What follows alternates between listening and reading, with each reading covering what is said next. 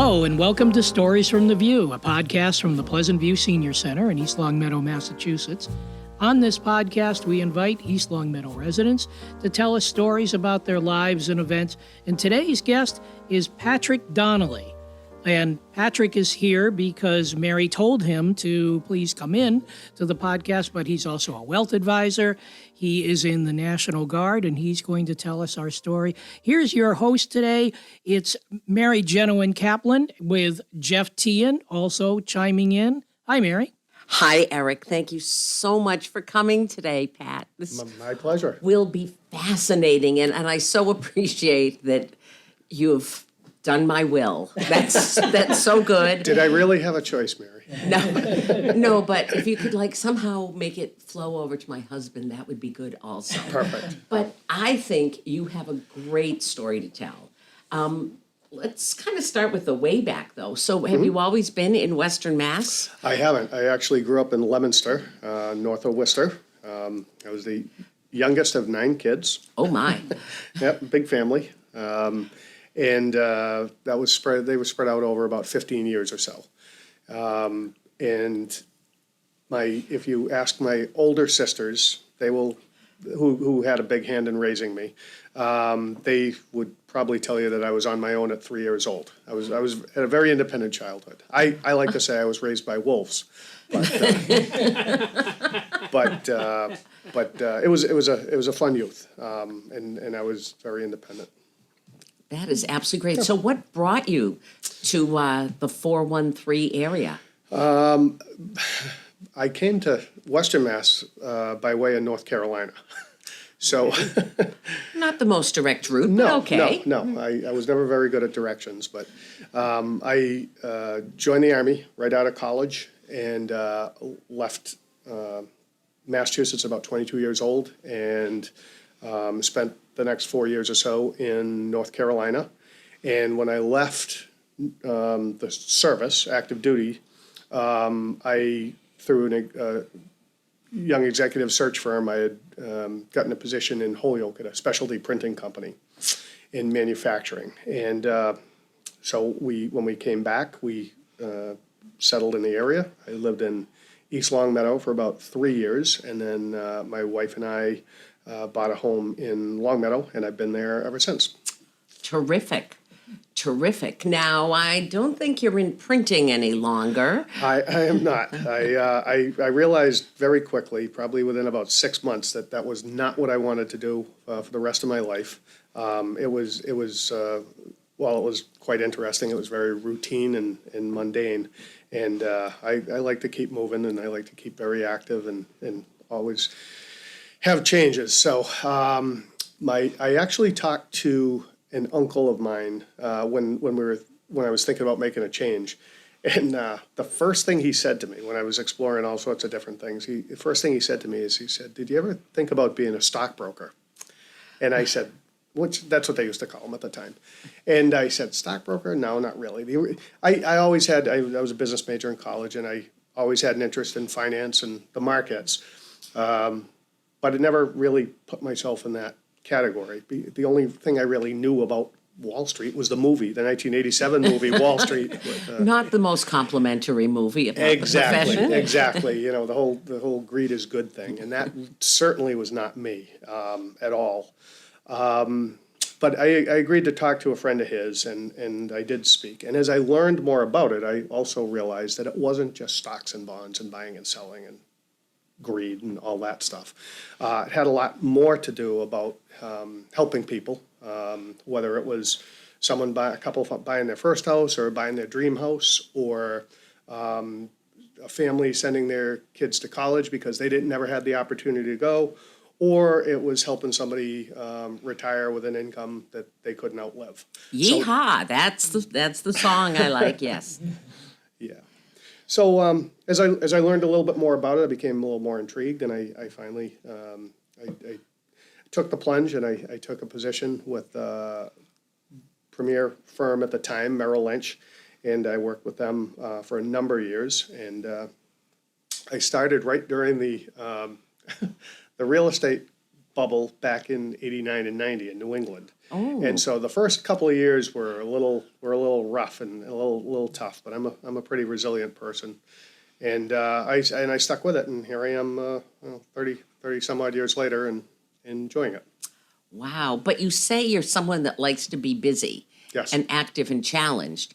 And so I suspect that's why you did the National Guard thing, because that's busy, right? It is. It's actually. And what does that mean? And are the National Guard? It is very busy, and more so in the last several years. As I said, I'd served on active duty in the regular Army for a number of years, but in my part-time role, I have a very long and circuitous route in the military. Well, I but kind of we'll see talk- that from Leominster to North Carolina to Yeah. East Long Meadow, but okay, let's hear this. I'll just talk about National Guard for a second. But yes, to your point, they've been relied upon very heavily by not just Massachusetts, but by all the states. We see all the things that have gone on in the last several years. Not only the global war on terror, where many part-time soldiers were called up and deployed for a year at a time, and multiple deployments, and that wound down quite a bit. But as soon as that kind of wound down with the war, then we all of a sudden had this funny thing called COVID happen. And so we had 3 big waves of COVID in the country, and I was activated each time. A substantial portion of the National Guard was activated each time for that. And what does that mean? Well, essentially, part-time soldiers who live in our community. They're your neighbors, they're your firefighters, they're your police officers. They're your financial planners. Plumbers, yeah, exactly, yep, plumbers and bottle washers and cooks and everybody else. They get a call and say, we need you to come in. Either the governor needs you or the president needs you, and we're putting you on orders for a period of time. And employers are required by law to let soldiers and airmen take the time for the military. And it can be federal orders or it could be state active duty orders where you're working just for the Commonwealth of Massachusetts. But it's usually an emergency situation, and it's always been kind of a last resort for Congress and the president or the governor. And COVID certainly was one of those occasions when we had a pandemic. Not just Massachusetts, but most every state activated the National Guard in some form or fashion. So I'm suspecting you didn't do wealth planning with people with COVID. What role did you play then? What did you do? Sure. So as a business owner, it was very challenging for me. Oh, yeah, because somebody's got to run the shop, right? Exactly. And I'm very fortunate that my youngest daughter is a business partner of mine. And so she has, she's really mature young lady and at 30 years old, wise beyond her years. And she's a nice person too, so that helps. Accomplished, Yeah. beautiful, among other things. Obviously, she takes after her mother and not me. So. But she has held down the fort for me and kept the ship upright and kept the ship running during any times that I've been called up for National Guard. Great. And so what sort of a role did the National Guard play for COVID? For COVID, okay, so there were, as I said, there were 3 different spikes we had. The first was in 2020 when it first came out and we had the big lockdown. And then it was more about getting PPE, the masks and the gowns and the antiseptic wipes and all of that stuff delivered to hospitals and nursing homes in schools throughout the state of Massachusetts. And so I was essentially running operations for a warehouse with MEMA, Massachusetts Emergency Management Agency, and we worked in conjunction with them, but we were pushing trucks full of supplies out to different places. We were receiving the supplies that the Patriots and Bob Kraft, when he donated his aircraft to fly supplies into Massachusetts when no other planes were flying. We were the ones pushing all of that stuff You made it all happen. for a little while, yeah. And then that scare went away, and everyone thought COVID was gone that first summer. And then sometime around Thanksgiving of later that year, we started seeing a spike again in the hospitals. And it's kind of like you do a great job, and so what do you get? As a reward, you get pulled back in. More work, yeah. So we get pulled back in November. I got a call the day after Thanksgiving. I was using a chainsaw in my backyard, and I got a call saying, "Hey, can you come back in for a little while?" And I said, "What's a little while?" And they said, "Well, we really don't know right now." And so it ended up being about 5 or 6 months later. I was on active duty for about 5 or 6 months. But in Massachusetts. In Massachusetts, very fortunate, yeah. Very fortunate that we didn't have to, normal deployment, you're going overseas for 6 or 12 months at a time. But this COVID, a lot of people worked out of their house. I ended up living down in Natick for both COVID-1 and COVID-2. And again, it was more of the same. It wasn't, at that point, it was, now we had testing teams in the nursing home. We had medical teams in the nursing homes, primarily nursing homes at that time. That was a real focus, not as much in the hospitals. And then that ended, and then that ended sometime around May or June of 2021. And in December of 21, I got called again. So you had, 3 months off? That was great, or 4? I did, yeah. And each time we thought, okay, COVID's done, and we're good to go. But it ended up that again, right after Thanksgiving and going into December, there was a massive spike. And this time, the hospitals, primary hospitals and nursing homes didn't have their health workers. The health workers were getting sick. And so National Guard couldn't necessarily provide doctors and nurses, because we found during COVID-1 and 2, if we activated doctors and nurses, we pulled them from the hospitals and the nursing homes and every place that they were needed. So this time, it was all non-medical personnel that were actually activated. So then, what did we have? We had infantrymen, we had logistics people, we had mechanics, we had truck drivers, we had engineers, a mishmash of all sorts of people. And they because of my experience with the previous 2 COVID missions, I was made the task force commander, and we ended up having about 1,200 people on active duty for a period of 4 to 6 months. Most of the people were there about 6 months. And those soldiers and airmen were put in about 80 different hospitals and nursing homes and dialysis centers across the state. And they were doing non-medical stuff.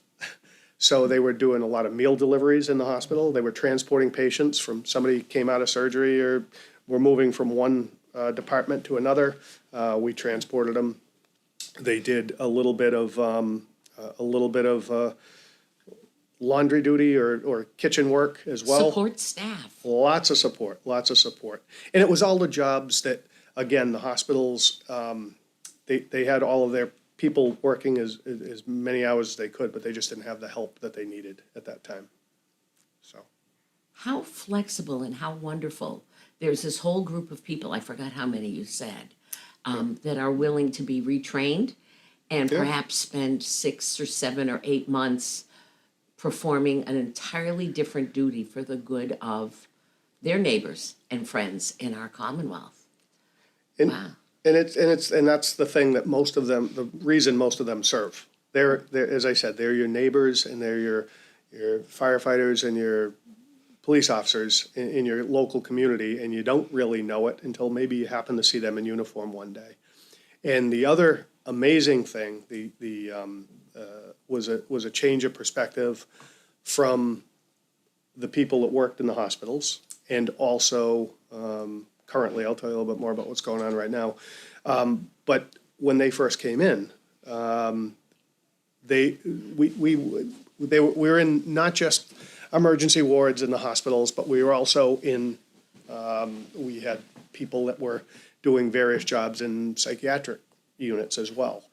And a lot of the hospital administrators said, we don't want you in uniform. And the Adjutant General of Massachusetts said, no, they will be in uniform because we need the taxpayers to see that what they're getting for their money, for the taxes that they pay. And the side benefit of all of that was that most people don't have contact with soldiers or Air Force members, and they don't really know what to expect or who they are. And they saw a very human side of all of these people because they were in there, they were working, and the one word that kept coming back and that the hospital workers were incredulous about was the fact that that one word was compassion. They saw compassion in all of these soldiers and airmen, and just that they were there. All of these young men and women that wear the uniform want to do a good job. They work very hard. They are eager to please. They will do anything you ask them to. They will go through walls if you tell them. And we actually had to restrain them, saying, no, this is not your lane. You cannot do this. No heart surgery for you. Exactly. Two things strike me here. First of all, the third wave of COVID. By that time, our healthcare workers were pretty depleted and exhausted. Yeah. And it must have been such a lift to have these sort of new blood, fresh faces, willing hands show up once they earned their trust and realized these people are really willing to help. And secondly, the symbol of thank you first responders and the hearts on people's doors really reflect the work of the Guard with that they really stepped in when our Commonwealth needed them. It did, and it was noted, and that's not the first. Those are not the first people you think of when you think of first responders. It's not the Guard, and maybe we're in the second or third wave when things really get bad.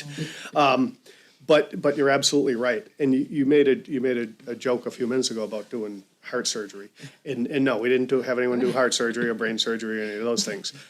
What we did have were a number of cases where we had soldiers step in and do life-saving measures, which was actually really, really cool. And that was an added benefit. And when the soldiers and airmen first came on mission, I told them all, be ready. We don't know what you're going to be asked to do when you go into these facilities.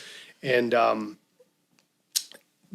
but be ready. You have training, and you're all adults, and do your job. Essentially, what it was, and do it happily. And they got in there, and they were very happy, and as I said, very willing to please whoever was there.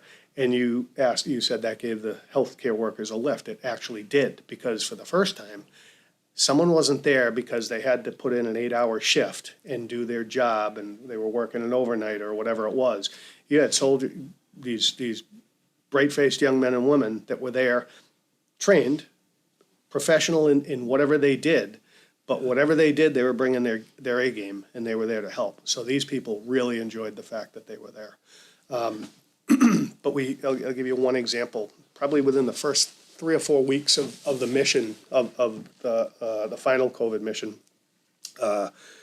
we had a soldier that was in the hospital, and there was a I guess they call it a code blue, right? Somebody had died, and all the doctors and nurses were rushing around, and one of our soldiers was standing there kind of wide-eyed, not knowing what was going on, standing against the wall, and a doctor, they had multiple issues going on, and a doctor looked at him and said, "Do you know CPR?" And he said, "Yes." He said, "Assist with that person right there." So he did, and he started doing compressions, and the person lived, and which was incredible. They revived him, and they brought him back. And that was just one instance, and we had a number of instances where those type of things happened. And so I reminded everybody when they were leaving the orders, remember I told you, you may not know what you're doing, well, you may not think you know what you're doing, or you're not ready for this, but you are. You're very much ready for this, so it's really cool. Think of the challenge, and maybe it's because I'm, shall we say, not young, of taking on a new job and someone saying, we don't really know what you're going to do, but you're ready, please go do it. What brave, dedicated young people. That is fabulous. Yeah, it absolutely is. And when you look at the training that they have to do anyway, everyone has their job to do. But essentially, if you broke down what a guardsman job is to go to war, very uncertain situation, not knowing what they're going to do when they get there, or how they're going to act, or if they're going to have a brave face under fire or not. And not that everybody faces fire, but they all have an important job to do to help accomplish the mission. So they're ready for it. Throw them anything, and they'll take it. And that's essentially what we've done. And even now, as I said, today in Massachusetts, you have about 375 soldiers and airmen that are working the state migrant shelter mission, which, as we know, the immigration has been a big issue in the state, and as well as the other 49 states. And the governor had asked the National Guard to do that, to help out, which we are, and we'll do that as long as we're needed. Absolutely astonishing. Well, you've got me all teary now, Pat. So maybe we can move on, because you are a busy person. And service is a huge part of your life, which brings us to our beloved Rotary in East Long Meadow. Exactly. How did you become involved in our most wonderful Rotary Club? It was actually, I joined Rotary in 1990. And so I've been a Rotarian now for going on 34 years. And the Summer Concert Series that is a great program that is run in the town of East Long Meadow. I happened to see it in the reminder one week, and this is because I was new to the area, and I had one child or two children, I guess one child at the time. So I brought my toddler to the concert series, and I saw the Rotarians there, and there weren't the concession stands or any of that other stuff around. But I ended up talking to Willie Ferraro, who actually ran the concerts for a long time. And I said to Willie, tell me about Rotary. And he told me that it was a community organization. It had 4 avenues of service, and that it was community-based, and we do a lot of good things like run the concert series. So I learned more about it, and joined that summer, 1990, and been doing it ever since. And actually I have my youngest daughter, Allison, who also works with me. She's a Rotarian at 30, one of the younger members of the club, and she's been a member now for about 3 years, and she really enjoys it too. So what is your role now with Rotary? Because the concert series has grown, concessions and vendors and all sorts of participation. So I'm not as active a member as I used to be. I think everybody in Rotary is fairly active, but I had gone through all of the officerships and been a director. I've been president of both East Long Meadow and another. We had a Long Meadow club for about 10 years, and unfortunately that we couldn't get enough traction with that, so we folded that back into East Long Meadow. It grew out of East Long Meadow and then folded back into East Long Meadow. But I had been president twice and director, and helped out in any number of areas. But the concert series always had a special place in my heart. So we've had Susan Grimaldi, who did a great job with the program. She ran that for years after Willie, and the torch has been passed a couple of times, and still just a great program. Absolutely. So what else would you like to say about Rotary to our vast listening audience here? So one of the other areas that I am very much involved in is the Scholarship Foundation. And the Scholarship Foundation is a kind of a hidden jewel in this town. They give out about $20,000 a year for the last several years, but that has grown since the foundation was actually started in the 1980s. And it's different. I know that there is an East Long Meadow Scholarship Fund that is run, and that at one time was bigger than our scholarship foundation. But our scholarship foundation is very professionally managed. We have a board of directors. It's a 501c3, so anyone can contribute to it. And if they want to contribute in memory of someone, they certainly can. They could have a scholarship named after someone if they wish to. And if they contacted me or any of the other Rotarians, would be happy to tell them a little bit more about that. But all the donations are tax deductible. We have given out the same or more every year for the last 30 plus years, 33, 34 That's years. very anyway. impressive. Yeah, we try to never go backwards. Always issue the same or more than the prior year, and it's done very well. And a lot of people from town, or actually every child that goes to East Long Meadow schools are eligible to apply for a scholarship. We've had years where we haven't had applications, which is crazy because it's free money. And again, every little bit helps. As having put 3 daughters through college, I know that it's not cheap, and there are no special requirements. You just have to do a little bit of thoughtful work on a paper and tell them why you think you're deserving of a scholarship. I think it's also one of those moments in life when you're writing something and there's going to be a small group of people who are really anxious to hear what you have to say. This is a very positive experience for a young person. Tell us your dreams, tell us what you're doing, and Rotary Scholarship Foundation would like to help you. Absolutely, yeah, and it's not. There's no secret sauce. There's no magic formula to that. It's a blind application process. Anyone on the scholarship selection committee doesn't know whose application it is. So they just see, hey, this student did X, Y, and Z for activities. They may have played a couple of sports. They were in a couple of clubs, and you know what? They're really a good kid and a good citizen. Right? They like their community and they give back a little bit. And that's really what's most important. Oh, it just warms my heart. Yeah. That's great. What else? You've covered a lot of ground. I'm exhausted. Let's see. I don't know. What else? I guess let's wrap it up. Did you have anything on your list there that? You have a good No, note. I brought notes just in case you stumped me with a couple of questions. The capital of. No, I would just say that going back on my military experience, I would just say that I would encourage any young person to explore the military. I wasn't a bad kid when I was younger. I wasn't a bad kid. I was actually a pretty good kid and a good student. But even good kids can kind of go off the path once in a while. And I think the military helped me stay on that path. I had always had a desire to join, and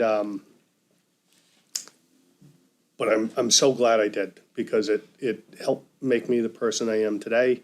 It helped make my kids the people they are today, and gave me a I guess when you do a navigation, you have an azimuth on a compass, and it gave me a good azimuth to always go back to and follow that azimuth. So I like that. I learned a new word. Yeah, okay. Well, thanks so much for coming in. Thank you. And thanks so much to Mary for forcing Pat to come in today. No, that worked out very well. So thank you so much for listening. That wraps up another episode of Stories from the View. We'd like to thank our guest, Pat Donnely, for being here today. The Stories from the View podcast is available on the LCAT 01028 channel on YouTube and on Spotify. If you have a story you'd like to share on the program, contact Pleasant View Senior Center Director Aaron Kobler by stopping by the Pleasant View Senior Center, by calling Aaron at 413-525-5436, extension 1401, or send Aaron an email, aaron.kobler@eastlongmeadowma.gov. Thanks so much for listening, and we'll see you next time on Stories from the View.